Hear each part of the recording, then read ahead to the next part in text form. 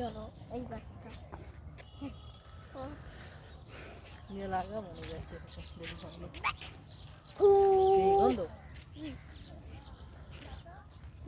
আসসালামু আলাইকুম। আসলে শহরে যারা থাকেন আসলে গ্রামের এই দৃশ্যগুলো অনেকেই মিস করেন সময়ের অভাবে, কর্মব্যস্ততায় আমাদের আসলে এরকমের দূরে কোথাও যাওয়া হয় না। তো যারা সুযোগ পাবেন, সময় পাবেন, নিজেরা এরকম জায়গায় খোলা জায়গায় যাবেন, নিজের মন ভালো থাকবে।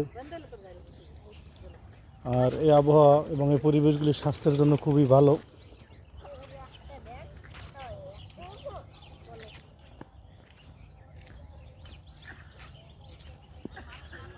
বিভিন্ন জাতের ফলজ গাছ, আম গাছে মুকুল আসছে, পেয়ারা গাছ, এদিকে আমাদের ভাইয়েরা খেলাধুলা নিয়ে ব্যস্ত আছে, শরীর চর্চা করতেছে।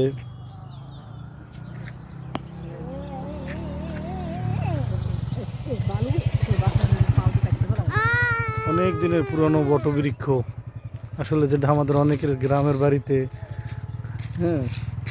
আবহমান কালের সাক্ষী হিসেবে দাঁড়িয়ে আছে সেই বট গাছ।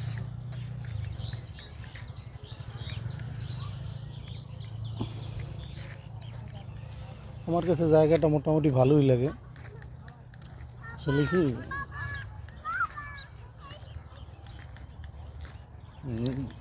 ঢাকায় যারা থাকি আমরা, এরকম সবুজ পরিবেশ, খোলা আকাশের নিচে খোলা রাস্তা, মাটির রাস্তা, এগুলো আসলে নিতান্তই আমাদের ভাগ্যে জোটে না। কিন্তু আজকে যেভাবেই হোক একটা জায়গায় চলে আসলাম। এটা সাভার দিয়াবাড়ি না, সাভার সিটবেরি, আশুলিয়া থানার শ্রীপুরের অন্তর্গত। জায়গাটা খুব ভালোই লাগে,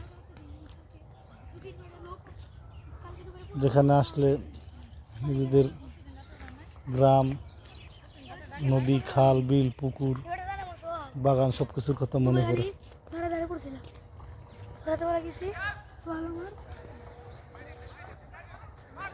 সিটবেরিটা আসলে আদলে অনেকটা দিয়াবাড়ির মতো, যারা দিয়াবাড়িতে গেছেন ওই রকমই। এখানে কাশফুলগুলো অযত্নে, অবহেলায় আর কোনো এখানে ওই রকমের পরিচর্যা না থাকার কারণে এই জায়গাটা এরকম হয়ে গেছে। কিন্তু আসলে অনেক সুন্দর সুন্দর ফলজ গাছ আসে এখানে। তারপরে আপনার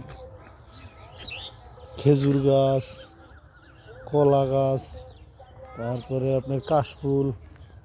তবে কাশফুলের সিজনে আসলে এখানে কাশফুলই বেশি পাওয়া যায়। তারপরও আমাদের কাছে ভালো, কারণ এখানে যারা দূরের থেকে আসি, কারণ এখানে ইন্ডাস্ট্রিয়াল এলাকা সাভার, দূরের থেকে যারা এখানে আসি, আমরা এখানে কর্মের জন্য আসছি। বিকালবেলা আমরা অনেকেই এখানে একটু হাঁটাহাঁটি করে, খেলাধুলা করে, ঘোরাফেরা করে অবসর সময় কাটাই। ভালো লাগে আমাদের কাছে। তো সবাইকে ধন্যবাদ। আপনারা যারা ভিডিওটি দেখছেন, হয়তো আমি ওইভাবে কথাও বলতে পারিনি এবং দৃশ্যগুলো ধারণ করতে পারিনি। আমার জন্য সবাই দোয়া করবেন আর ভিডিওটি লাইক, শেয়ার, কমেন্ট করবেন। এটা হচ্ছে সাভার আশুলিয়ার সিটবেরি।